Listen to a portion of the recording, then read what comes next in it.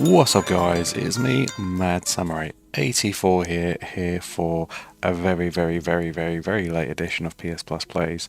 I've been out and about, travelling, moving thousands of miles, living with in-laws and this and that while I'm in a far away country and not having all my tools at my disposal.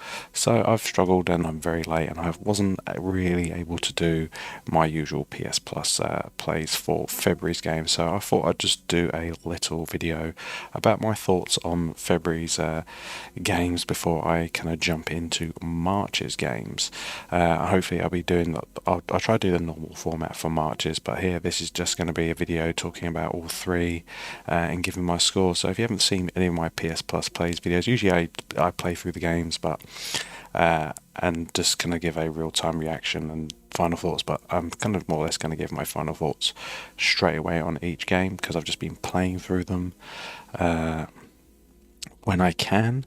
And yeah, I'm not sure what to say about February. Got three games.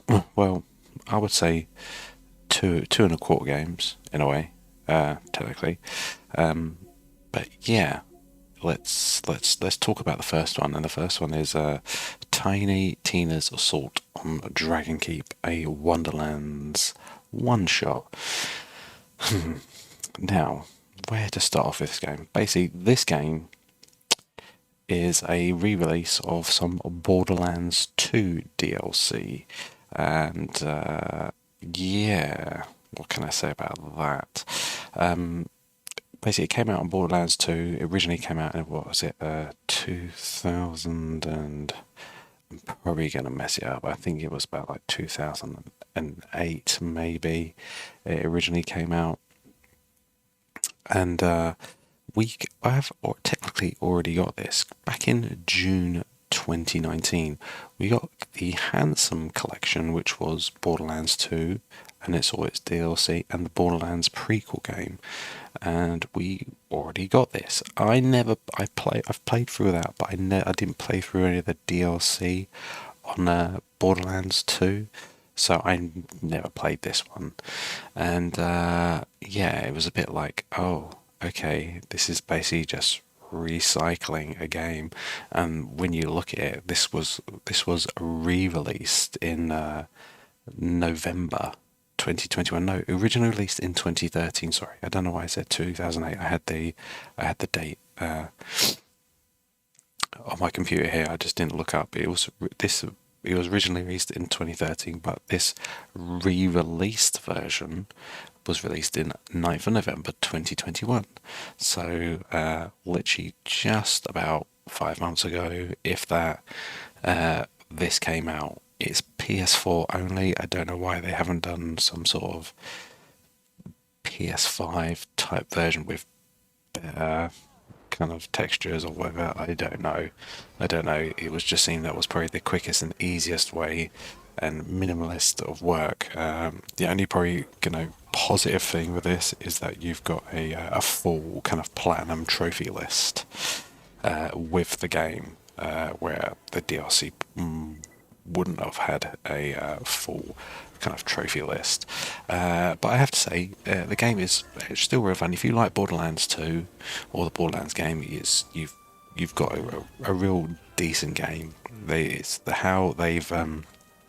How this game has been done. It's a bit done in a it's been spoken in a way of a bit like a D&D, like a Dungeons and Dragons. Like Tiny Tina is like the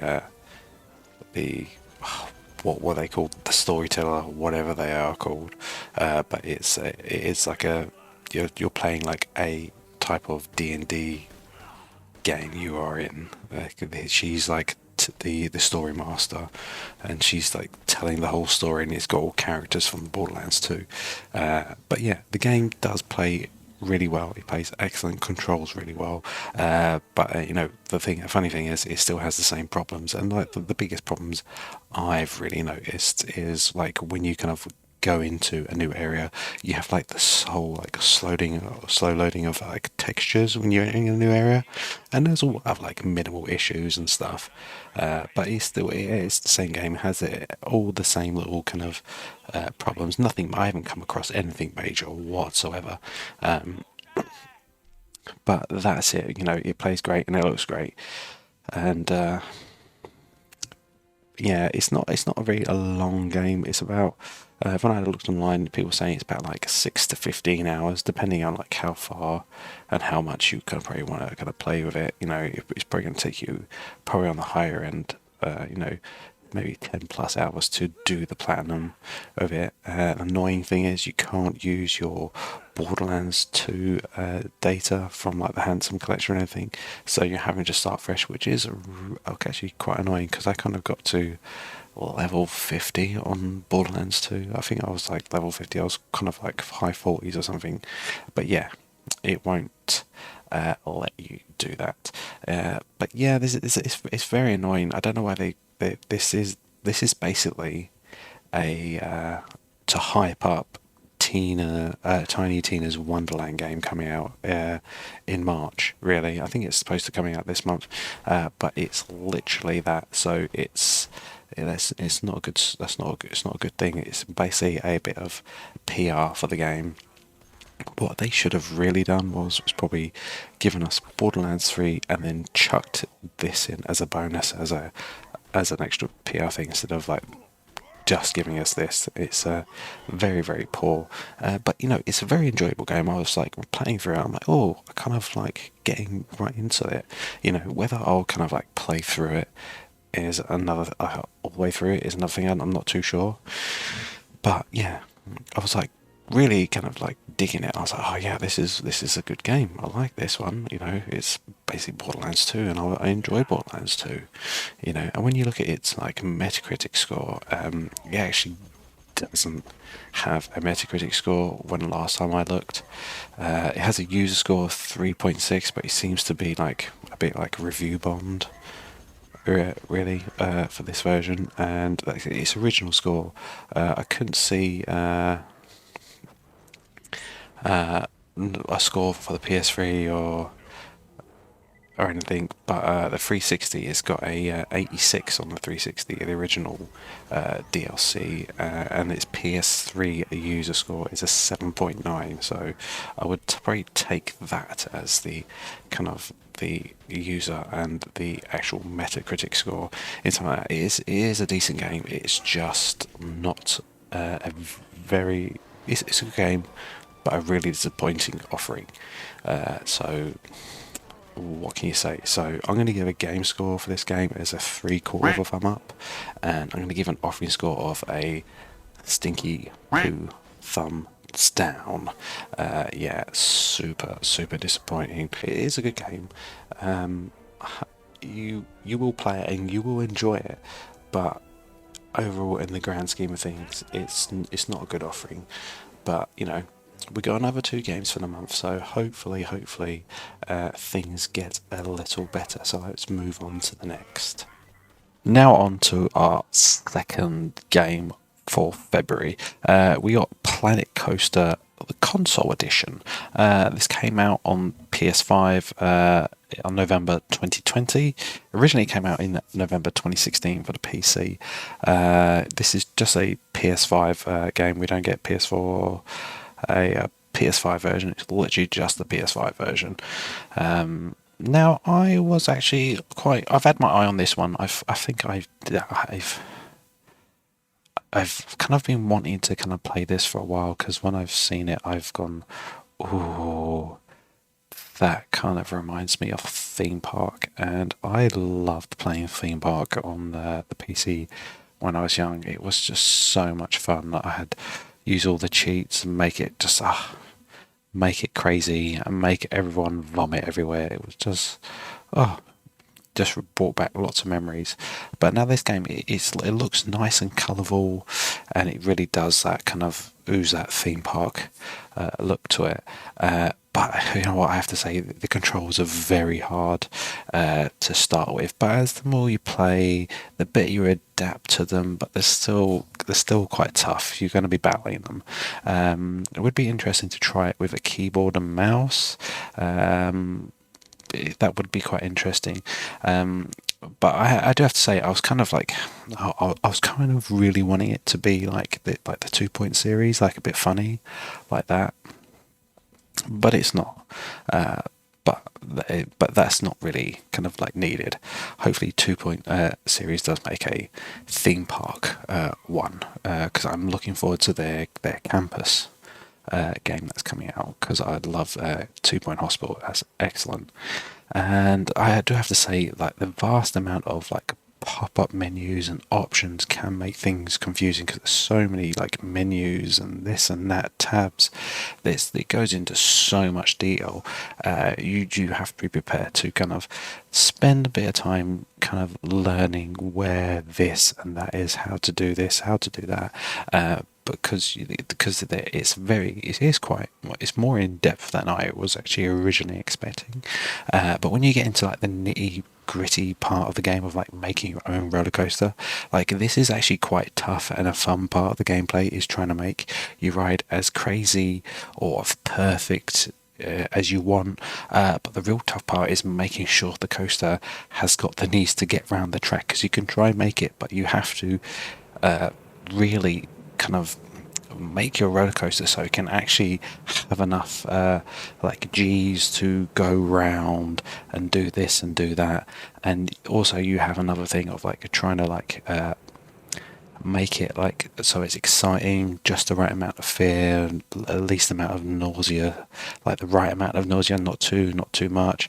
And there's all these things come into play of like trying to make it, and there's like plenty of like things to do, of altering it, twisting this and that. There's so many different options when it comes to creating your roller coaster, but the controls do hamper the ease of the creation of your coaster, because I always find I'm constantly fighting the camera and getting lost with it. I feel like they could have probably done better with the controls on that part. And the nice thing is, like, there's lots of like levels in like the career mode, there's a challenge mode, and there's a sandbox mode.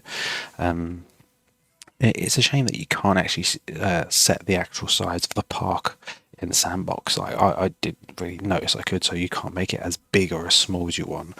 But the nice thing is, like, there's so much like customization on all the rides, not just like creating the roller coasters. You can have like a set roller coaster, but then you can actually just create your own.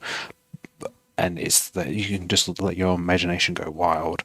Like, I was just like messing around on the sandbox, and I kind of created like this roller coaster that was like sitting 200 feet in the air, like, well, probably like 200 meters in the air. It was just like crazy. And you can actually go on each ride. You can actually test it and actually go first person and go in the ride. It's really, really cool. But I do have to say, overall, it's like a really fun game, and I've wanted to play it for a while, and just to get that feeling I was playing a theme park when I was young, which it does a little bit. But I just wish they had made the controls better. Apart from those controls, I think it's going to be a game that I go back and might even consider trying a mouse and keyboard for. And when you look at its Metacritic score, it sits at 81, which is I think is pretty good. I think that's a good Metacritic score. The user score is 5.9. I didn't really look at the comments, but it's quite a bit lower. I would assume that's probably more down to, like, I would say the controls, really. That could really hamper like users' experience with the game. So if I was to give a thumb score, I think I would go with a 3/4 of a thumb up for a game score, and I think I would give an offering score of another 3/4 of a thumb up, because I've really enjoyed this game, and I think it's a pretty damn good offering for me personally. And now on to our last game of the month. So to round up February, our last game is UFC 4. Now, I haven't played any of the UFC games done by EA. Like, the last one I played, which I loved, was the first UFC Undisputed on the Xbox 360. I think that was like 2009. And you know what? That game was sublime. I loved that game. I thought it was amazing. Now, UFC 4, that came out in August 2020. So this is about an 18-month old game, year and a half. So it's not fresh, but it's not old. It's kind of like in between, and yeah, it's quite funny when I was kind of having a look because there's been quite a few like UFC games throughout the year. Like the EA's first UFC game came out in 2014. The actual first UFC game came out on like in 2000 on the Dreamcast and PS1 and the Game Boy Color. I remember seeing that one, never played it, but now playing this, I'm tempted to like try to get hold of a copy and give it a go. But before EA got the license for UFC, they actually made a first attempt at an M&A game, which I never played. I remember seeing it, and that was back in 2010 with EA Sports MMA, because I think THQ had the license. Then they did the good Undisputed game. I think they did 2 or 3 Undisputed games, but they were really good. But so I was like looking forward to like giving this a go because like I was tempted to maybe pick up like UFC 3 for cheap, but I never got around to it, couldn't be bothered. So, I started playing it, but I do have to say, first off the bat, like this game does look a bit ugly. The fighters and the refs just look really awkward when you see them all like in there. It's just a bit like, whoa. Like I have to say, I think like Fight Night on the PS3. If you don't know what Fight Night is, that was the boxing game. Quality, excellent game. That actually, I felt like that looked better, and this should look way better in the PS4 life cycle. And yeah, I don't know why it just some parts it looked okay, and then other parts it just looked off and awkward. And I have to also another thing I have to say that the controls feel very clunky, especially when grappling on the ground, making you just want to play it with like just doing like stand-up strikes really. Because when you try to take people to the ground, it just feels so awkward and just like unfun to play. Like the controls to like submit an opponent is so boring, and it's probably like one of the worst things about the game. It really makes the game slow and boring to play. And when I played like the Undisputed game by THQ, I remember I couldn't stop playing that game. I thought it was so much fun. I don't remember even having a problem with like taking it to ground. I think I was always a bit crap at the ground game, but I felt like it was like it played much better. But that might be just my memory of being an old man. But yeah, definitely. It's a really unfun part of the game, I'd say. But you have there's a few modes. We'll start off like playing the career mode. For me, it just feels a bit empty, and it's got like really boring like training modes, and then it's got like like trying to do the whole like social media type thing to like hype your fight and this and that. I say like bring back how Fight Night did it. Like when you did the training in Fight Night in your career, it actually felt like you got that feeling that you were really actually improving your fighter each like training session, and it was such like a joy to play the training. The actual whole career mode was such a joy in the Fight Night games, but this it just doesn't have that same feeling. It's really not fun whatsoever. I personally don't find it's just a bit like yeah. And then other than career, you got the fight now modes. There's about like there's like 5 modes. You got the standard one, and then there's like some like more slightly arcadey feeling modes, which are actually more fun to play. They're definitely more fun to play than career mode. But alas, the short enjoyment runs out quickly after a few fights in each one. But I would find like if you were like playing against a friend, like if you had a friend over, you would probably more likely play those like more arcadey modes because they're probably a bit more fun, and like you can just like bish bash bosh have a couple of fights quite quickly. Otherwise, if you're trying to do a normal like fight, it probably can get a bit tedious, especially with like the controls. Like I really have to say, wasn't really a fan of the controls. It's all right when you stand up, but it's the whole thing when you're grappling and this and that. It just seems so messy and just confusing. But also, yeah, I played a bit of online as well. I thought the online was pretty good. The Blitz mode is really, really fun. I thought that was really good. It's like just consists of like 2 minute rounds, like 2 minute one round, and you got to try basically knock your opponent out, really. And I had that bit of fun. I managed to get to the third round before I got knocked out by someone called Ronald McDonald, and he was literally a carbon copy of Ronald McDonald. Like, instead of like the suit, his whole like skin was in the colour of Ronald McDonald. Had the hair, everything. It was a bit mental, but I was kind of like amazed.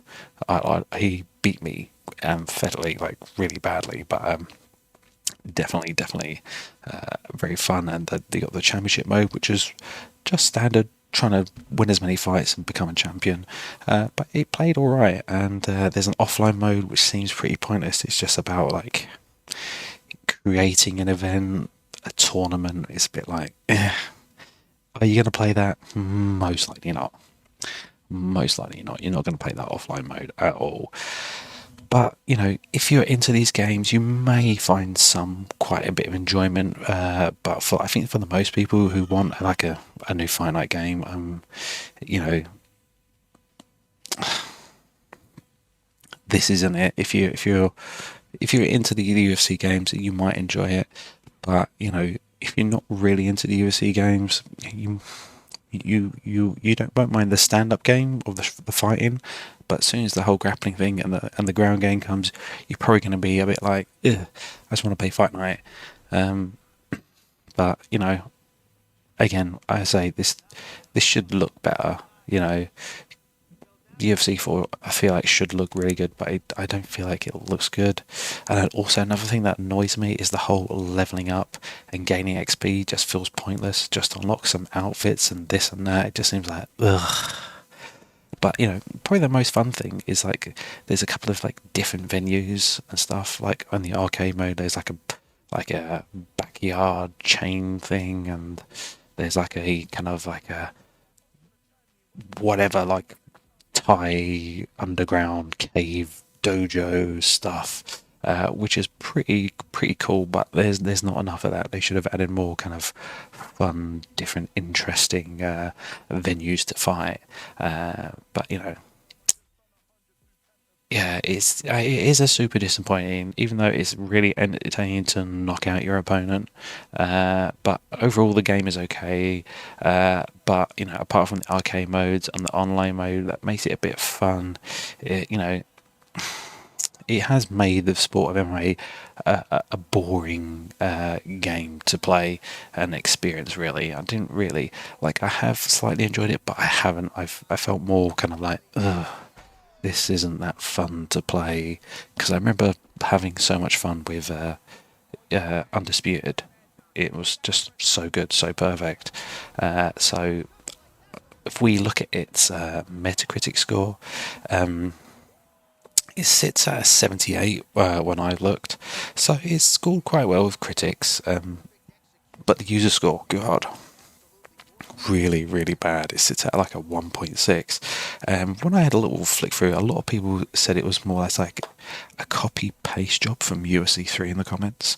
So there was a lot of people just basically saying it's basically the same game as UFC 3. They haven't really done much or to make it better.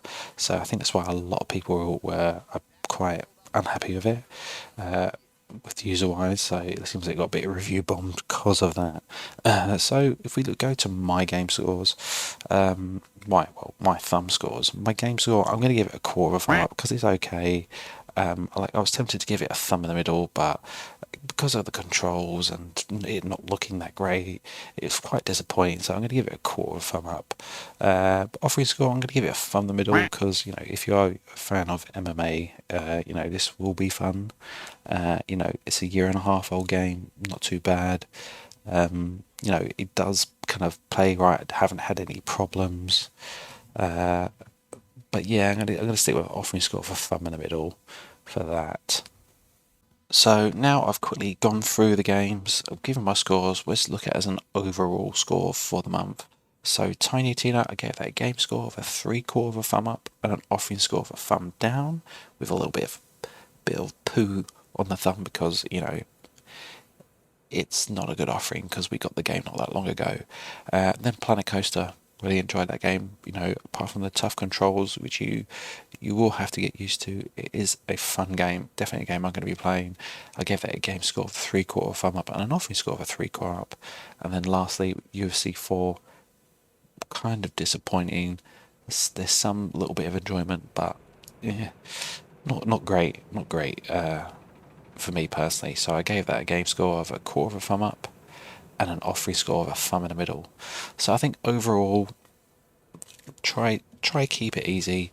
I'm gonna give an overall game score for the month. I'm gonna give it an overall game score of a 3/4 thumb up. You know, technically, you know, UFC 4 should have brought that down, but I'm going to give it the benefit now. 3/4 thumb up for the month is, you know, for the game score. Offering score, well, this is one where I felt like I probably should have gone a little bit lower, but it's a bit hard. I was tossed between a thumb in the middle or 1/4 thumb up because, you know, technically, you know, the only real good offering was, to me personally, was Planet Coaster, but I've just kind of gone for a middle ground. So overall, my offering score for February is a thumb in the middle. There we go, done. So I've tried to keep this video quite short. I know it's like a month way too late, but I thought I'd just do it anyway, just so I can try to keep top. I'm gonna see if I can try get my videos done, but you know, I'm in not in my usual spot. I'm here, there, everywhere, so it's a bit harder with relatives at the moment until I manage to sort out and get a place of my own for me and my family. So anyway, until then, please like and subscribe to the channel. Let me know what you thought of February's games, and you know what you're thinking of March's games as well, because I think March personally looks alright to me personally, but I'm going to try get do those videos soon and try get them out this month as well, but hopefully once I've got in a better place, I can just do more videos generally and get it there. But anyway, until next time guys, take care, look after yourselves, and I shall see you soon. Goodbye.